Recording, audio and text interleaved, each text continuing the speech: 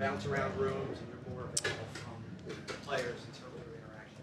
Yeah, I don't. I guess I don't notice if the rookies do that. I mean, that's not always a bad thing if they straighten up a little bit more when I'm in there.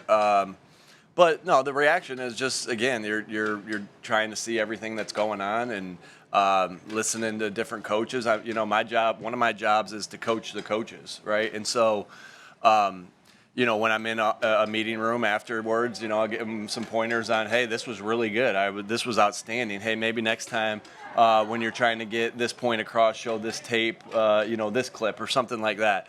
And then it's just, naturally in meetings, it's, if you're serious in a meeting, no, there's a flow to a meeting, right? There's times to be completely serious. There's times to then, the guys are going to joke around together, bam, back into serious. And so you just get to be involved in that. And, and that's just, again, that building the connection and being a part of a team. Do you plan on looking at Becton on that right side at all? Yeah, he's going to get some work in there today. I'm looking forward to that. He's had a good Mekhi's had a good camp so far, and looking forward to get him some work that next to Lane and continue to work forward with that. So as bummed as we are that Steen's going to be out for a little bit, and again, not giving a timeline there, it shouldn't be something that's long. Give other people opportunities to work, and Mekhi will be one of those guys. What's been your assessment of Jalen early in camp? Josh, he's looked pretty sharp from your perspective. Yeah, I think he's looked really sharp. He's been in complete command of the offense. I've really liked that, some of the plays that he has where it's not the, obviously you've seen him on the deep ball, the intermediate, the short passes, but some of the ones that I really like is that there's a little bit of a pressure. He slides his feet and he hits the Saquon on a check down or Kenny on a check down. So I think he's had a really good camp so far. I'm really excited for him to continue that. There's ebbs and flows in camps, and he's been on the high end for the last 4 days, and so really excited about him and how he's looked so far. Nick, it seems like there's been an added maybe emphasis on conditioning so far these first 3 days. Has that been a directive from you? Yeah. So obviously, one thing that's really important to us is that we play with relentless effort, and with great toughness and with great detail. All those, toughness, detail, those are our, part of our core values. And you can't play with relentless effort without being in great shape. You can't play with great detail without being in great shape. You can't have population to the football on defense where they're constantly running to the football without being in great shape.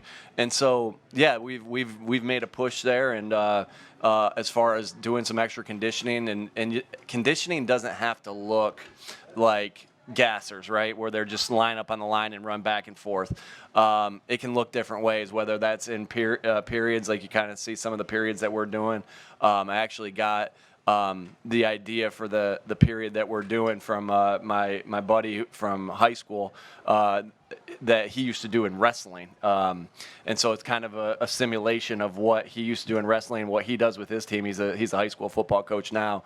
And actually another couple of our guys on staff have done a version of this too. And I think it's good for us because we're getting plays while we're conditioning. We're getting work on our detail while we're conditioning. And so, again, to be able to do what we want to do and play to our core values of detail and toughness, we have to be in great shape. Do you expect the +1 quarterback run game this season for Jalen to be more successful than it was last year? Or the offense in general to be more successful? Yeah, again, the things that we're doing in the quarterback run game, there is a lot of similarities of the things that we're doing from last year, and then there's also some new wrinkles that we're able to have. And so I wouldn't say it's been a huge change as far as the quarterback run game goes, but there are definitely new wrinkles and new ways to get to things and new ways to hide things and new ways to disguise things. And when you hide things and disguise things, kind of like what we're doing right now, the points change sometimes. The way the math plays out changes sometimes because the defense has to react to the motion or to the shift or to the different formation or different personnel group that we're in. What's been your assessment so far of the receivers outside of Devontae and AJ? Yeah, I'm really excited about this group. I really am. And, without going into detail of all the guys, I think that, everyone brings a little different skill set to the table, that everybody can contribute to, right? You have, Paris has had success in this league, through different things that he's done. He has toughness, he has speed. John Ross has got excellent speed. Johnny Wilson, big, physical, can bring an element of toughness and blocking to the group. Brenton Covey's had a nice camp thus far. He's got some great quickness, and you can see how he is with the ball in his hands. You get to see that every Sunday, right? And you've got to see that the last 2 years every Sunday, the way he is with the ball in his hands. Anais is, we're excited about the things we saw on him on tape, and, he's working to keep getting better. Joe Nagata's had some bright spots in the camp, and he's big and he's physical, very similar to some of the things that we talk about with Johnny Wilson. And I like the back end, the other guys too I don't want to say back end, the guys that just kind of became part of the Eagles from other teams. I'm looking at Austin Watkins right now, Jacob Harris. And so I'm excited about all these guys, to work with all these guys. Well, now I got to mention everybody because I'm two more guys in there. Shaq Davis I'm excited about too, and Griff. And so, again, it's a good group. One of the best groups I've had, 1 through 13, in my time in the NFL, and they all bring something different. And it'll be excited to see how that plays out as we go through the rest of camp. How much of a setback is it for Tyler, new position as a starter, to miss any time this time of year? Obviously, anytime you miss time, it's going to be a setback. I'm not going to sit here and say that it's not. But, that's football, right? You're going to have that with a lot of guys. So what's important is, they can't control that now, right? That's done, and what he can only control the things he can, which is his rehab in there, right? Which is coming out here to practice and getting the mental reps, which is going to walkthroughs and getting the mental reps. This is being highly detailed in the meeting. So the thing that he's missing out on, right, as we talk about the ways to get better each day, we talk about high detail in meetings, we talk about full speed to the snap and walkthrough. We talk about high intensity at practice. We talk about being intentional about our core values. He can still do 3 of the 4.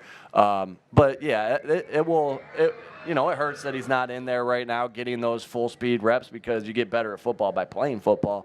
But I know he'll do the right things, and I know his coaches will, and we'll keep him on track. And that we had a great training staff with Tom and the guys in there and the girls in there. I know he'll be back as soon as he possibly can. Now, this summer you've spoken about throwing the ball to the backs, and it hasn't often materialized. Is that something you want to be a function of the scheme or organic within the progression?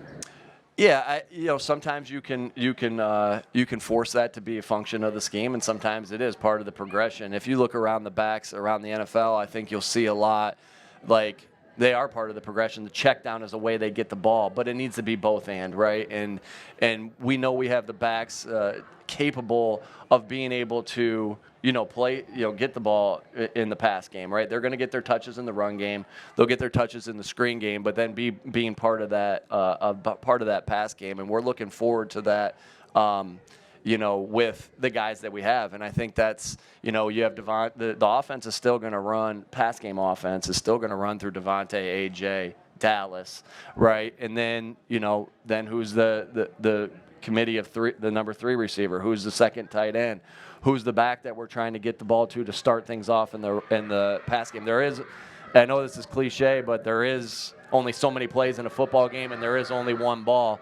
But we do think we have the guys here in all those positions to contribute and help make plays. Nick, with Cam Jurgens over the last couple of years and recently, what are some of the things that you've seen that tell you he's comfortable and confident and prepared for the moment that he's in? Yeah, this isn't his first rodeo, right? I mean, he played all last year. I know he missed a couple games due to injury, but for the last 2 years, he's sat behind one of the greatest centers of all time, right? And Jason, and learned from him like that. I mean, shoot, you asked me, would you like to sit, sit right there with, Andy Reid? Would you like to sit right there with, Bill Belichick, would you like to sit right there with Bill Walsh and learn for a couple years? Yeah, that'd be great. So obviously he was able to do that, but also he played. He played meaningful snaps, and so it's not a projection. He played meaningful snaps and he played some good football, and so it's not a projection of what he can do. Now, is it a different position? Of course it is, but we're excited about him. He works his butt off. He works hard, and we're really excited about his progression, the things that he's doing at practice. Look forward when the pads get on. We'll get our last day of our acclimation period today, and then we'll get our pads on tomorrow. A lot will be said. Nick, how do you handle a situation like Bradbury's, former All-Pro, seems to be down on the depth chart at his position? I would imagine it's tough in part for him. How do you handle that as head coach? Yeah, well, I'm excited that he's we've seen guys go from corner to safety or corner to nickel or nickel to safety in their career. So I'm excited for this opportunity for him. You're right. He has been an All-Pro, right? And that wasn't that long ago. And I'm excited for this opportunity. He's done some good things out in the field.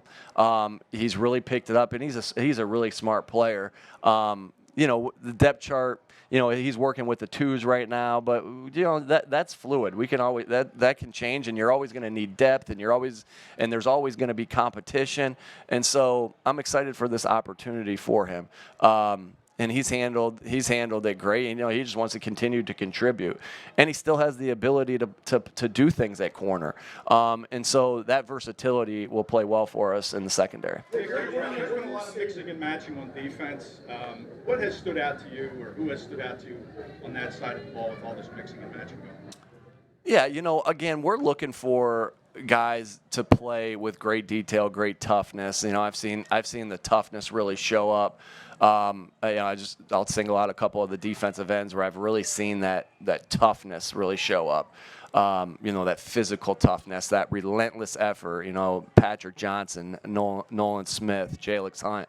I've really seen them, hustling to the football. Just the relentless effort really, and the toughness really shows up with those three guys, and been excited. There is a lot of mixing and matching, and we're trying to get an evaluation on everybody as guys learn how to play together. But I would single those guys out as far as their relentless effort, their toughness that they've been playing with throughout camp. You got one more? On the conditioning stuff, Nick, just to circle back on it, what goes into the planning for that when you know that you want to ratchet it up? Do you have to talk to the sports science group to see how far you can push the guys? How does that work? Sure, you take all the information you're going to get, but at the end of the day, I have to make the decisions, right? It's like anything, right? Any product that's out on the field, my name's on it, and that's my responsibility. And so you take a little bit from everybody. You talk to the trainers, you talk to the sports science, you talk to the guys and see how they're feeling. You talk to the position coaches, see what you think their shape's in. And again, we came back in great shape. The guys killed the conditioning test. They crushed it. They came back with the right weights, and so we felt like we're in a good place right now to be able to push them. And so it always comes down to how the guys feel. And so I have to listen to a lot of different opinions of what everyone's thought is, because I'd be foolish not to use, because it's a collaboration. But at the end of the day, I have to say, hey, this is what we're going to do today. And sometimes it's like, yeah, you can see it sometimes with players like, oh, shoot, we're doing this. But, only thing we're trying to do is, help them be in the best shapes of their lives so they can play, again, with that great detail and that great toughness we talk about. All right, thanks.